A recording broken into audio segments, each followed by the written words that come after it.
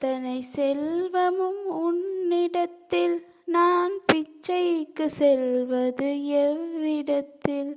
வெறும் பாத்திரம் உள்ளது என்னிடத்தில், அதன் சூத்திரமோ அது உன்னிடத்தில்.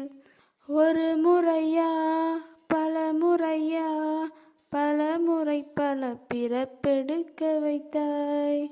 புது வினையா பல வினையா, தினம் தினம் தினம் என்னை துடிக்க வைத்தாய்.